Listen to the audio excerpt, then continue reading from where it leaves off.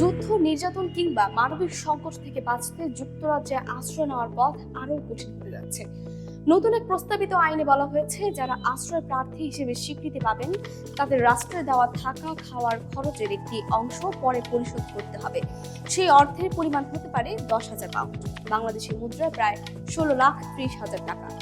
British সরকারের এই প্রস্তাব মঙ্গলবার পার্লামেন্টে উপস্থাপনের কথা রয়েছে। নতুন আইনের আওতায় আশ্রয় প্রার্থীরা এই অর্থ পরিশোধ না করলে যুক্তরাজ্যে স্থায়ীভাবে বসবাসের অনুমতি বা স্থায়ী আবাসনের সুযোগ পাবেন না।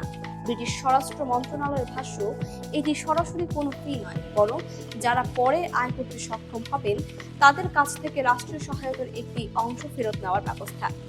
সরকারি কর্মকর্তারা একে শিক্ষা ঋণের মতো আয়ভিত্তিক পরিশোধ পদ্ধতির সঙ্গে তুলনা করেছেন। তবে পরিকল্পনাটি প্রকাশের পরেই শুরু হয়েছে তীব্র বিতর্ক। মানবাধিকার সংস্থা ও শরণার্থী সহায়তা সংগঠনগুলোর অভিযোগ, যুদ্ধ, নিপীড়ন ও দুর্ভিক্ষ থেকে পালিয়ে আসা মানুষের উপর নতুন করে আর্থিক বোঝা চাপানো হচ্ছে। তাদের মতে, এটি কার্যত শরণার্থীদের উপর অতিরিক্ত কর আরোপের শামিল। এই পরিকল্পনার পেছনে সরকারের যুক্তি স্পষ্ট। বর্তমানে আশ্রয় প্রার্থীদের আবাসন ও অন্যান্য সহায়তার বছরে প্রায় 400 কোটি পাউন্ড ব্যয় করছে যুক্তরাজ্য। এই ব্যয় কমানোর পাশাপাশি সরকারি অর্থের একটি অংশ ফেরত পাওয়ার লক্ষ্যেই নতুন ব্যবস্থা আনা হচ্ছে। ব্রিটিশ স্বরাষ্ট্রমন্ত্রী শাবানা মাহমুদ বলেছেন, আশ্রয় পাওয়া একটি অধিকার হলেও এর সঙ্গে দায়িত্বও রয়েছে। তার ভাষায়, কেউ যখন আয় করার সক্ষমতা অর্জন করবেন এবং ব্রিটিশ জনগণের সহায়তার প্রতিদান দেওয়ার অবস্থায় পৌঁছাবেন, তখন তার কাছ থেকে সেই অবদান প্রত্যাশা করা স্বাভাবিক। তবে অভিবাসন বিশেষজ্ঞরা মনে করছেন, বাস্তবে এই পরিকল্পনা থেকে সরকারের আর্থিক লাভ খুব বেশি হবে না। কারণ সরকারি তথ্যই বলছে, শরণার্থী মর্যাদা পাওয়ার 5 বছর পরও মাত্র 13% মানুষের বার্ষিক আয় 20,000 পাউন্ডের বেশি।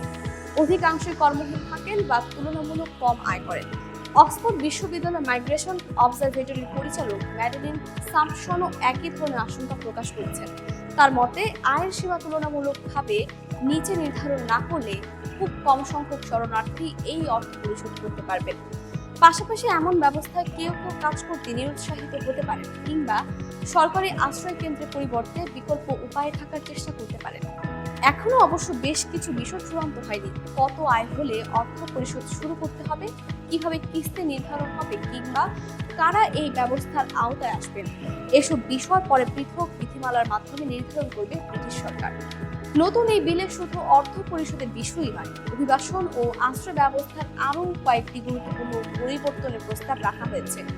এর মধ্যে রয়েছে অভিবাসীদের বয়স যাচাইয়ের প্রক্রিয়া আরও কঠোর করা, ইউরোপীয় মানবাধিকার সনদের নির্দিষ্ট ধারার প্রয়োগে নতুন নির্দেশনা এবং আধুনিক দাসত্ব সংক্রান্ত আইনের কিছু বিধান সংশোধনের উদ্যোগ।